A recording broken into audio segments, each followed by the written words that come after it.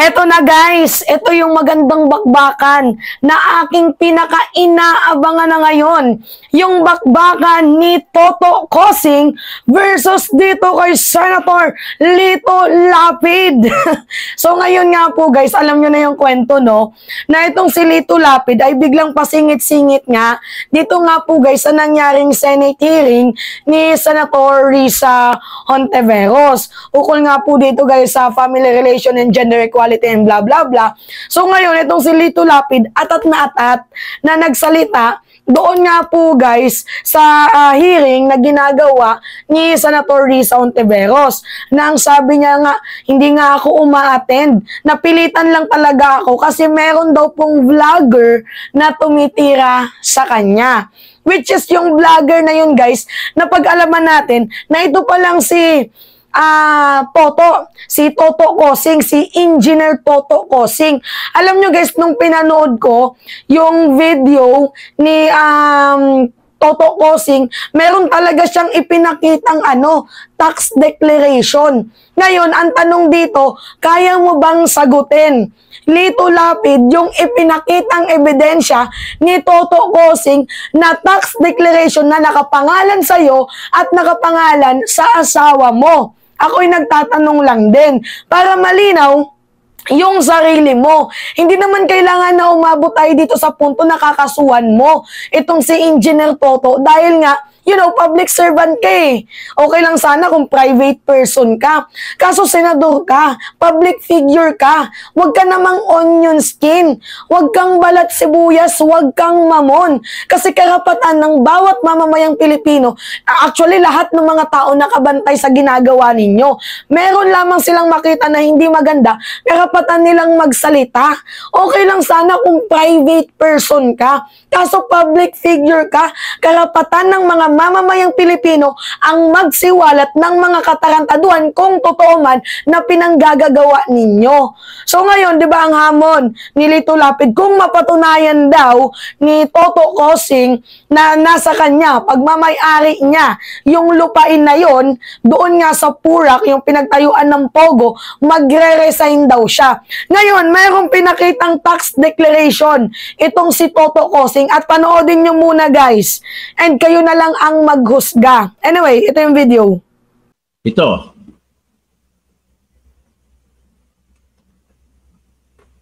Ito, may hawak po ako na tax declaration. Nakalagay, tax declaration. Lapid Manuel and Lapid Marisa T. Spouses. Oh. Kailan ibinigay? 2010. So, ibig sabihin, ano ito? At saka, Lito Lapid, huwag ka na magmaang-maangan na hindi mo alam na mayroong pugo. Oo nga pala guys, tinanggi ni Lito Lapid na wala siyang kaalam-alam kung ano yung pogo. Na kahit nga din ako, nagtataka din ako. Paano hindi niya alam yung pogo doon sa Purak?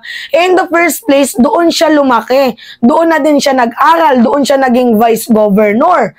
Kilala niya yung mga mayor. Tapos nakakapagtaka naman isipin na hindi niya alam yung ibig sabihin ng Pogo. Ako'y nagtatanong lamang na bakit hindi mo alam yung ibig sabihin ng Pogo or bakit up to this moment na ang tagal mong nagserbisyo dyan sa area na yan, sa Pampanga, bakit hindi mo man lang alam yung salitang Pogo? Bakit naman ganon? Hindi naman ata lahat ng mamamayang Pilipino or mga batang katulad namin ay, you know, out of knowledge na sa usaping politika. Huwag mo naman ginagawang bobo yung mamamayang Pilipino. Okay lang na itanggi mo na hindi sa'yo, pero yung sasabihin mo na hindi mo alam, wala kang kinalaman kung ano yung ibig sabihin ng Pogo, parang napakamali ng movement mo. So meaning to say, wala, ako'y nagtatanong lamang. Ano yun? Ako kasi guys, medyo na-intriga ako sa pag may usok, meron talagang apoy. Meron ganun pero hindi ko naman sinasabi na totoo yung sinasabi ni Toto Cosing. Ang akin lang dito,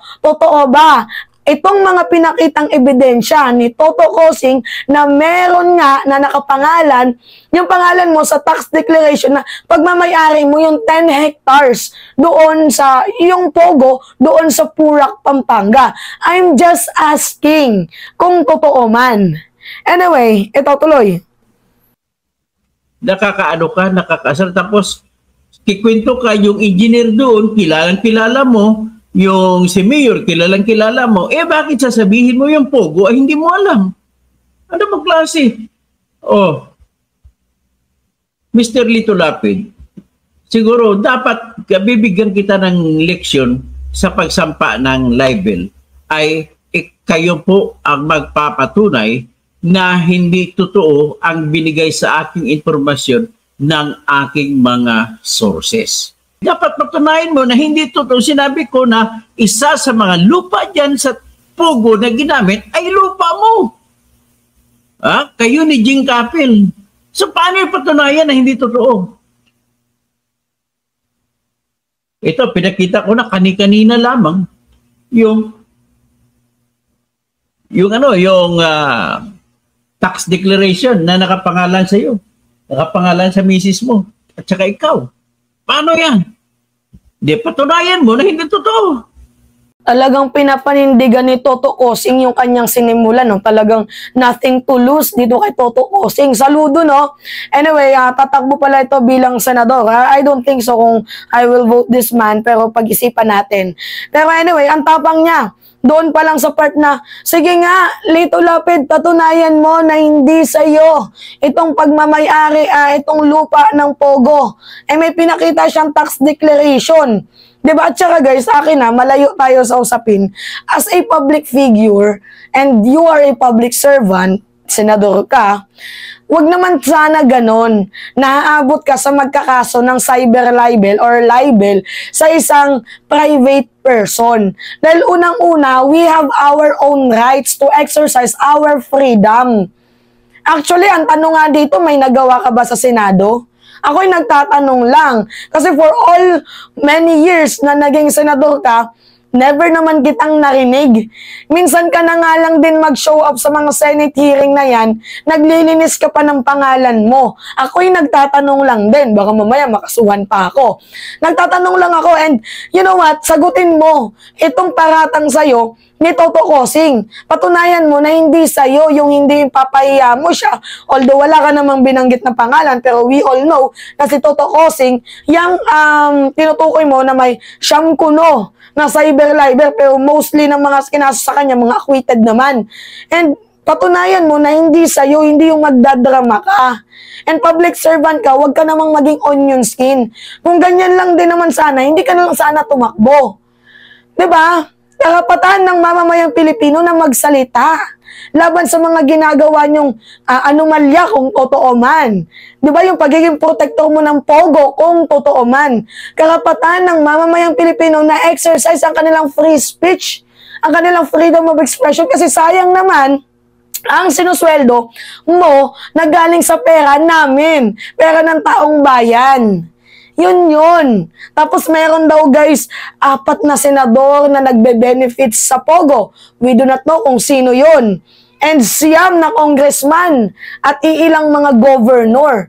Actually, nakakatakot tong revelation ni Toto Kosing. Natatakot ako para sa buhay niya. Baka malay mo maging Percy Lapid II din to. 'Di ba? Pero anyway, praying for the good governance and praying na mahuli yung mga protektor ng Pogo at mas isiwalat kung sino yung mga taong yun. Kung po pwede nga lang ipatawag tong dalawang to sa Senate hearing ng magkaalaman, 'di ba? Tawagin as a resource person itong si Toto Kosing, itong si engineer. Actually, lawyer to. Itong si Toto Kosing na disbar nga lang dahil sa pakikipaglaban niya sa mga, kalaban ng bayan. Yun. Anyway, yun lamang po guys. Short vlog lang po yan. Mamaya may live tayo. It's me again, si Mima Alicia nyo, at nagbabalik ulit para sa ating panibagong video.